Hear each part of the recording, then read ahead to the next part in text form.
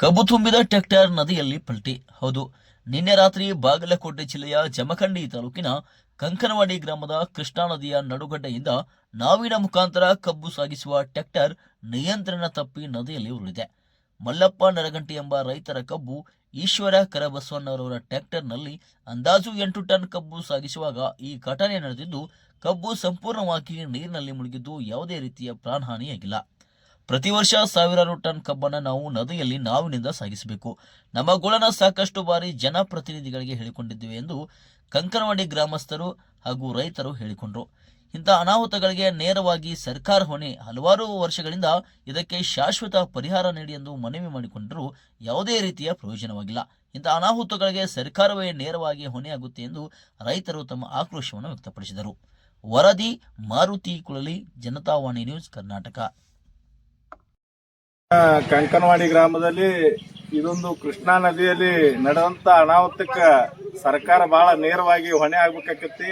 ಯಾಕಂದ್ರ ಈಗಾಗಲೇ 10 ವರ್ಷಗಳಿಂದ ನಮ್ಮ ಬೇಡಿಕೆ ಇರುವುದರಿಂದ ಯಾವ ಬೇಡಿಕೆಗೂ ಸರ್ಕಾರ ಸ್ಪಂದಿಸಿಲ್ಲ. ಆದ ಕಾರಣ ಈಗ ನಿನ್ನೆ ರಾತ್ರಿ ಒಂದು ದೊಡ್ಡ ಅನಾಹುತ ತಪ್ಪಿದೆ ನಮ್ಮಲ್ಲಿ.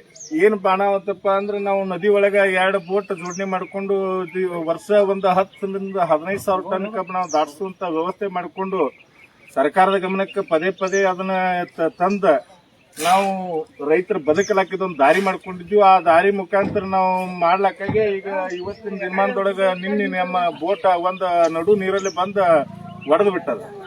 ಆ ಬೋಟ್ ಒಡೆದ್ರ ದೃಷ್ಟಿಯಿಂದ ಈ ಕಬ್ಬಿನ ಲೋಡ ಈ ನಾವು ಬೋಟ್ ನಡೆಸುವಂತ ವ್ಯಕ್ತಿ ಏನ್ ಮಾಡಿದ, ಒಂದು ಜಾಣತನದಿಂದ ಯಾವುದೋ ಒಂದು ಪರಿಸ್ಥಿತಿಯಲ್ಲಿ ತಂದು ಒಂದು ದಡಕ್ಕೆ ಸೇರಿಸ್ಕಿಂದ ಕಬ್ಬಿನ ಗಾಡಿ, ಕಬ್ಬಿನ ಟ್ರ್ಯಾಕ್ಟರ್ ಈ ದಾಂಡಿಗೆ ತಂದು ಕೇರಿಂದ ಅದನ್ನ ಸಹಾಯ ಮಾಡ್ಯಾರ ನಮಗೆ.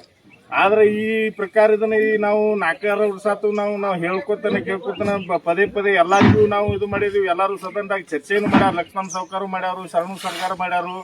ಆದ್ರೆ ಚರ್ಚೆದಾಗ ಅಷ್ಟೇ, ಆದ್ರೆ ಕ್ರಿಯಾ ಯಾವುದು ಪರಿಕ್ರಿಯೆ ಆಗವಲ್ದ.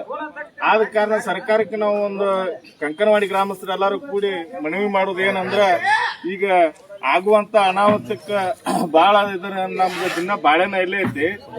ಈ ಆಗುವಂತ ಅನಾಹುತ ತಪ್ಪಿಸ್ಲಾಕ ನಮ್ಗೊಂದು ಶಾಶ್ವತವಾದಂತ ಒಂದು ಪರಿಹಾರ ಸರ್ಕಾರ ನಿಯೋಜನೆ ಮಾಡ್ಬೇಕು ಅನ್ನುವಂತ ಮಾತನ್ನು ಹೇಳಿ ನಾನು 2 ಮಾತನ್ನು ಮುಗಿಸ್ತೇನೆ.